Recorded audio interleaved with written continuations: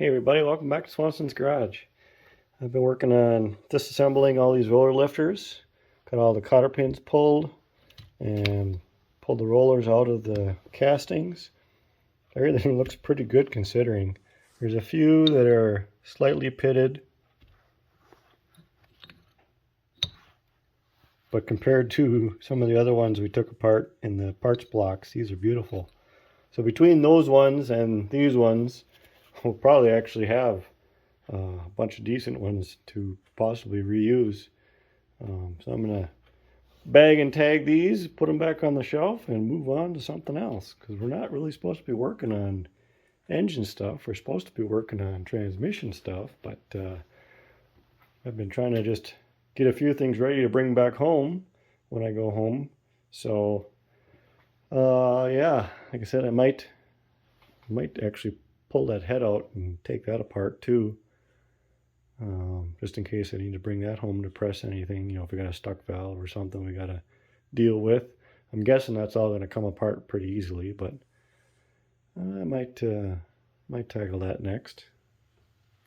So today I switched gears a little bit. Working on making up a mobile stand, let's call it, to mount the transmission housing onto, with the intent of being able to, 1, move it around, 2, get it off the bench so I can clean up the bottom side of it in preparation for paint and whatnot, and 3, make it mobile so I can eventually get it outside for painting, and also just to like wire wheel it up, clean it, whatever.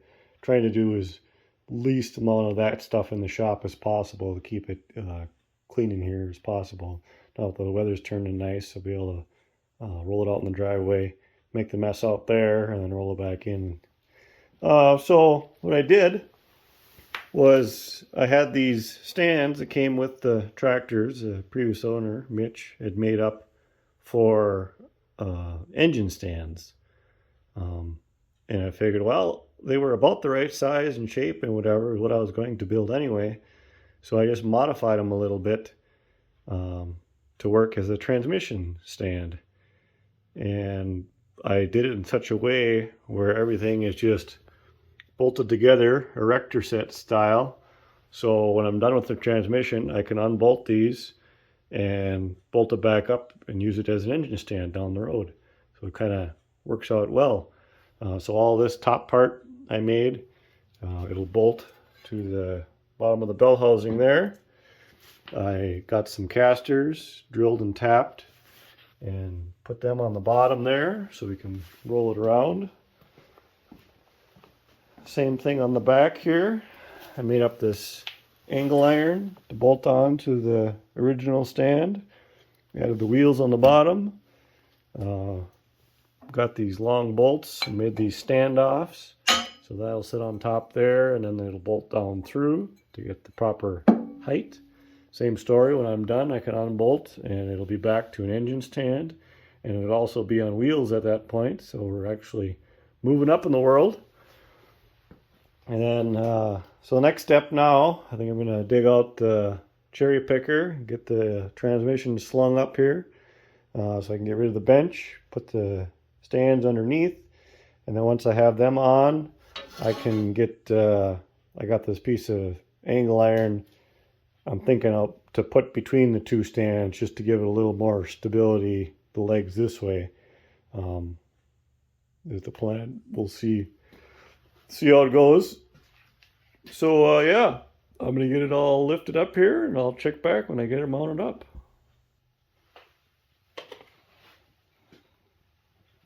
What do you think? Turned out pretty good. Also have a little talk with the engineering department because they had it figured out wrong. I had to take apart my erector set and change it around here a little bit. I had the angle up on top originally, but when I put it together that way, the transmission was way too tilted up in the front. So I just unbolted it and drilled a couple new holes and flip-flopped things around. No big deal. Got my cross piece bolted in place there just to give it the legs a little rigidity, because otherwise they're I'm a little uneasy about that being bolted to that flange. I'd hate to see it go and, you know, break off the bottom of that cast or whatever. Probably wouldn't be a problem, but I would cry a little bit if I ended up breaking that housing. Wheels work really nice. I can move it around the shop with minimal effort now. They do lock, so I can lock it in position when I'm working on it so it doesn't roll around on me. And that works pretty good. Pretty happy all around, because now we can, like I said, we can we've got a stand. Once the weather turns nice enough, we can roll it outside, get the wire wheel out, wire wheel up all the outside. I got nice access to the bottom side now to clean all that up. We'll just leave it right on the stand until we're done, because then I can use the same thing for painting. I have nice access to everywhere for painting. It's sitting at approximately the height the tractor is going to be final assembled at. The wheels are 2 foot plus a little bit of lug, so we're maybe a couple inches taller now than what the actual tractor will sit at. So putting things together, once we start assembling things, it'll be pretty easy that way. We won't have to lift it up and down. It'll be approximately where it needs to be. And like I said, we can convert it back to an engine stand when we're done with it here. So yeah, happy with it all around. To figure out where I'm going to put this bench here now, because as you know, we got minimal space. And I did pick up 2 sets of wheels when I got them, planning for the other transmission eventually, if I end up making a stand for that one or whatever. If not, it's always nice to have a set of wheels around. You can always put them on something else. So okay, back to our regular scheduled program.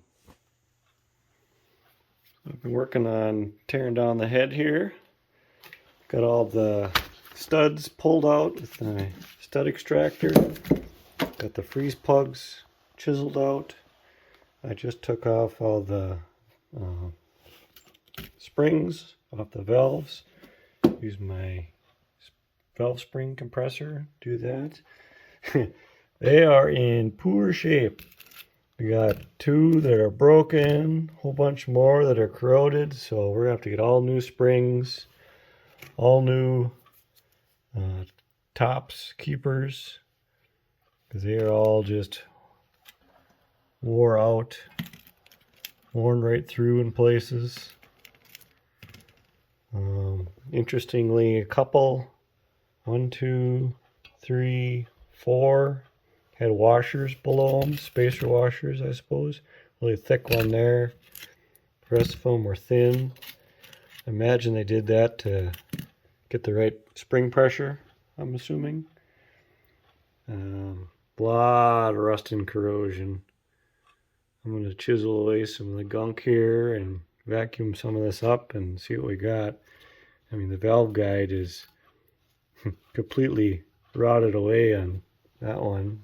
It's pretty bad on some of the other ones. Be interesting to see what we got. All the valves are now out.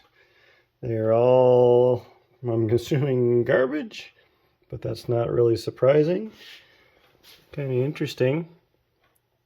Let's see if I can get it to focus on that. They're actually IH valves. If you look here, it's got the circle IH logo. That's a T inside of a square. The number here is 18543-D, SIL, SIL-2, made in USA. Most of them are those. This one is a little bit different.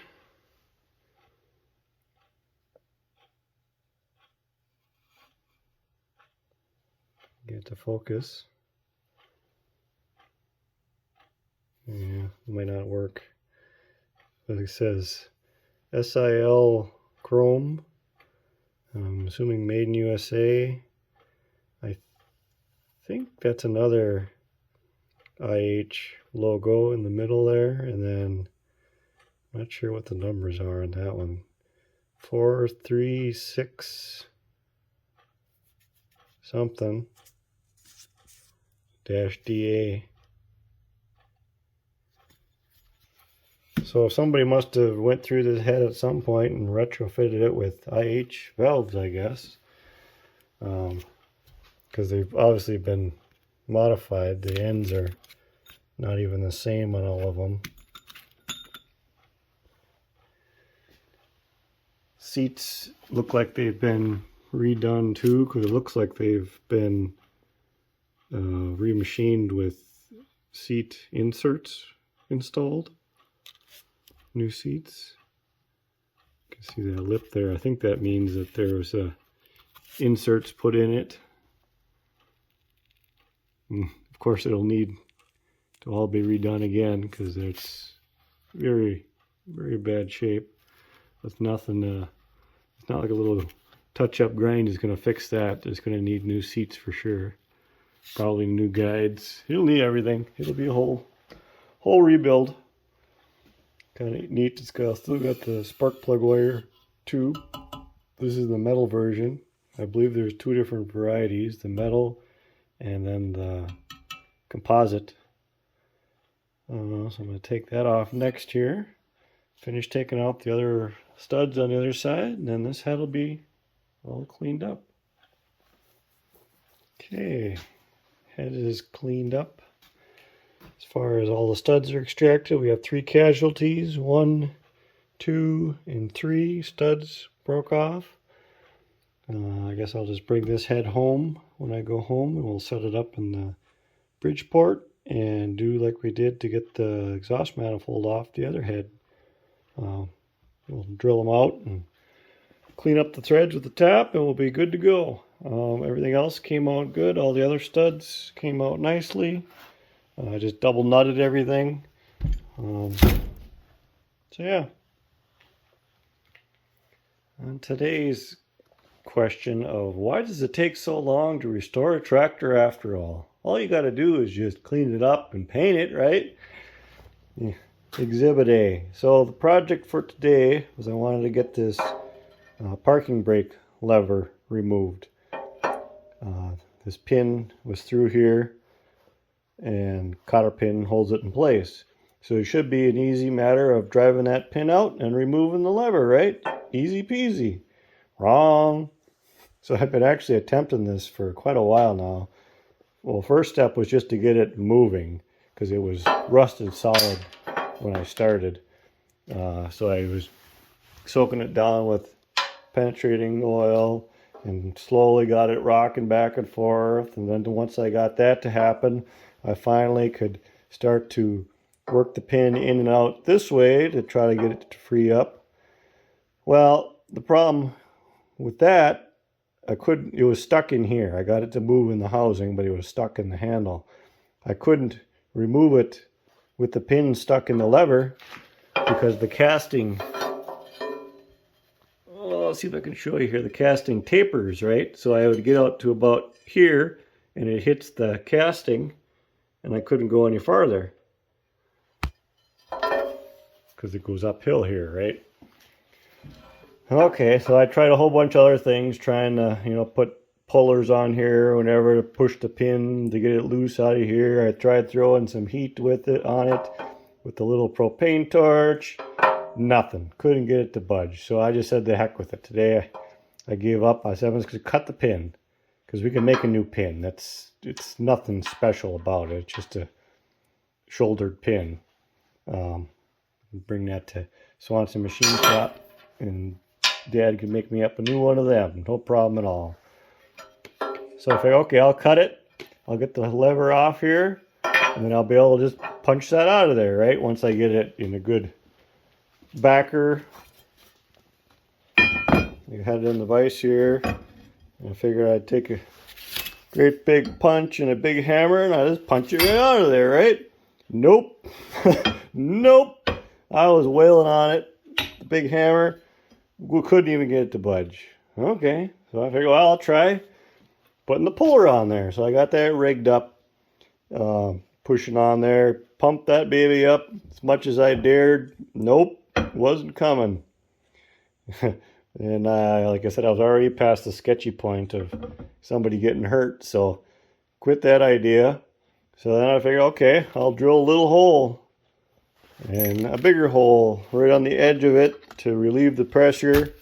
Then I'll be able to drive it out of there. And that's what I ended up doing, and that's what ended up working. But even doing that, you can see I got it slightly off-centered, which a little bit more than I actually wanted to. But then that would relieve the pressure on that edge of it at least, so you can kind of collapse it in and drive it rest of the way out. Yeah, that's what I did. But even that, it was a fight to get it out.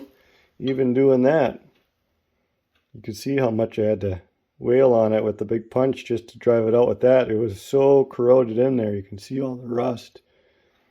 And it's not as if it was a press fit. It should have been. That's got a little bit of a booger, but you can see the clean end of the pin that was in the housing. You know, it's not a press fit by any means. It was just that corrosion gets in there and it gets it so tight. It's kind of hard to believe sometimes. So I'll bring that home with me too when I go home and have Dad make me up a new one of them. And I'm gonna get this arm cleaned up now. Get all the boogers cleaned up that I caused on there. Actually gonna smooth out this end of the lever a little bit. They just, when they formed it, it was just a sheared cut and then bend, and it's not even a nice smooth edge there. It's actually kind of sharp. I'm gonna knock that down a little bit. So if you're typically you just probably use your foot to lock and unlock that brake when you're actually using it, but in case you do, use your hand, make it a little bit smoother there. So that I can clean up all this now. That's why I wanted to get that out of the way. I thought maybe I'd go outside and get some wire wheeling done on the transmission housing, but it was actually lightly snowing this morning. A few snowflakes coming down. Looks like the sun is finally starting to peek out now, so maybe there's a chance I'll get outside yet and get something done. But if not, we'll just keep putzing in here. It's still kind of cold out there. If snowflakes are coming, you know, it's only in the 30s. So, well, I thank you all for watching. Be sure to check back, and I hope you hit the old subscribe button if you haven't already. See you guys next week. Later.